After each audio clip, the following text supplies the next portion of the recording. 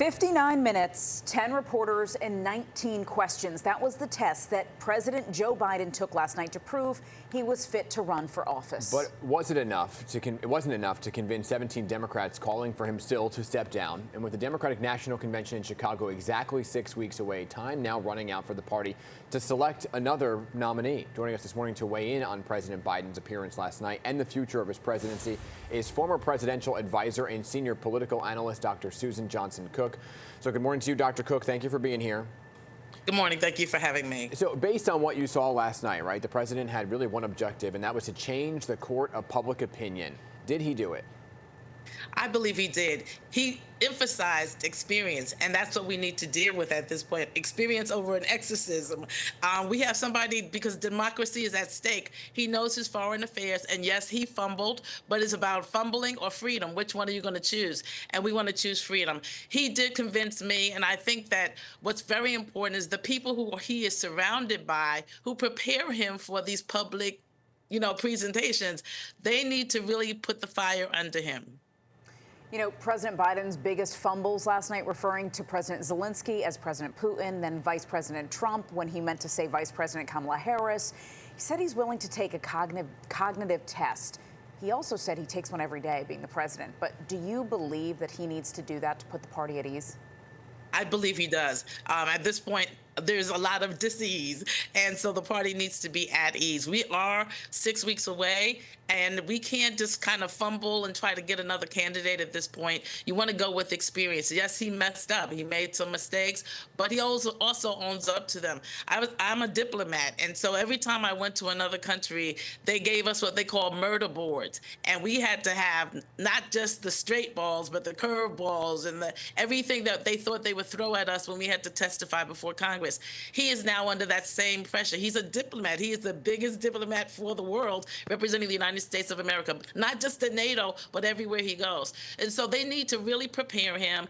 Even the cadence and the energy of his speech, it was kind of monotonous. And then every now and then he would get a, but he needs to have some inflection and he needs to have some excitement, because that's what excites the people of the United States of America. Someone who's confident, someone who's ready, someone who's steady. And I think he does need to have these tests, which the White House, press said that he's having regularly. So the moment the press conference ended, right, Connecticut Congressman Jim Hines issued a statement calling on the president to step down. He was followed then by several others. And every day, Dr. Cook, we see more and more coming forward. It's like a trickle effect, right? And some are now saying, there's reports this morning that people were waiting for the NATO summit to end, and now there's going to be the floodgates of Democrats who come out and say he should step aside. Is there a point when the president will have no choice but to suspend his campaign, even though last night he said, I'm looking at the numbers and only I will make the decision? I think there will be a point, but he has Hakeem Jeffries, Jim Clyburn. He's got all of those persons around him, and they're having very candid meetings. And they're not just playing creativity. They're having very candid meetings. And I think, there were 17 who dropped out and said they don't want him, but there are others who say that we do, and they're riding with Biden. I think at this point, we need to all ride together. Otherwise, we're going to be at a detour, a disaster place. And you have to look at somebody who has 34 felonies, convicted felon. Yeah. Do you want that, or do you want freedom? I think that those are the choices. And when you look at the list, right, I hear what you're saying about Clyburn and Hakeem Jeffries and so on and so forth, but then there's the big names, former President Barack Obama, former Speaker Nancy Pelosi, who did not really say one way or another what he should do. And there's these reports that former President Obama was talking to George Clooney prior to George Clooney putting out his letter. If you are a former advisor, so if you were advising President Biden right now, what would you be saying to him? I would take the advice of those in his kitchen cabinet, because everyone who's saying he should drop out doesn't have an alternative plan. They don't have another name. They're trying to poll whether Kamala Harris can do it, but they're not ready. And so when you're unready, you have to go with one who is steady, who is the incumbent. And I think at some point they will say, Mr. President, you can make it, or Mr. President, we must stop at this point. But again, 6 weeks from the convention, that's a dangerous place to be. It's very clear that the Democratic Party is fractured, but when you hear names like George Clooney, who just threw the fundraiser for him, backing away now, what does that do for President Biden? Doesn't he need those big Hollywood donors to help him keep going? Well, there were others. They raised their largest amount on that particular day. I'm told that Clooney left very early. And so if you're going to be in someone's corner, you're with them from the time they begin to the time they leave the stage. And so I'm kind of disappointed with him. And other celebs are also disappointed with him. So there are some celebs in his corner. They say, we're riding with Biden, high riding with Biden. And I think we have to give it this best shot this week. He's got more conversations with Lester Holt on Monday night and others, and I think we have to give him the benefit of the doubt. But they must work with him on his presentation. He's got to be ready for prime time, literally and figuratively.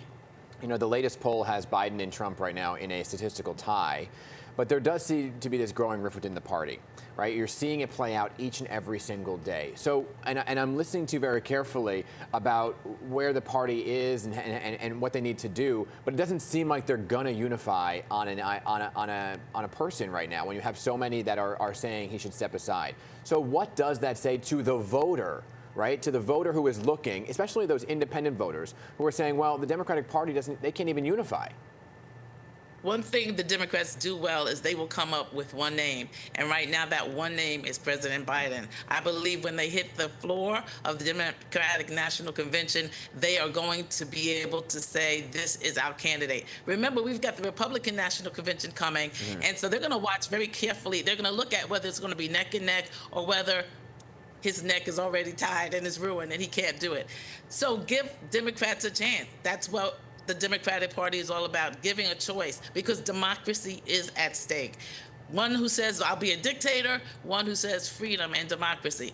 Those are the choices we have. And right now, I would go with freedom and democracy. Is there a world, in your viewpoint, right, where Kamala Harris is, if President Biden were to step aside, that she is the person who grabs the baton?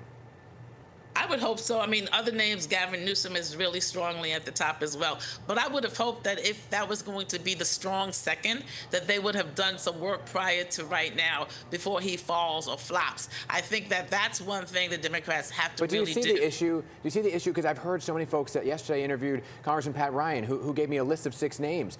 If it's not Biden, shouldn't there just be one name that the Democrats are going to go with?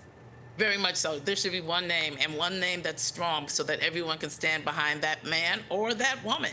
And I think that that's what's going to happen with the Democratic Party. That's how I would advise them. One name. Let's go to the floor united, no matter what's happening behind the scenes right now. Let's go to the floor united, and let's put someone in that we believe can win with experience and with foreign policy experience and with White House experience as a leader of this free world. It is a free world, and we don't want it to be unfree. All right, Dr. Suzan Johnson Cook, thank you so much for sharing your insights with us. We'll certainly be talking again. Me. Yes. Okay.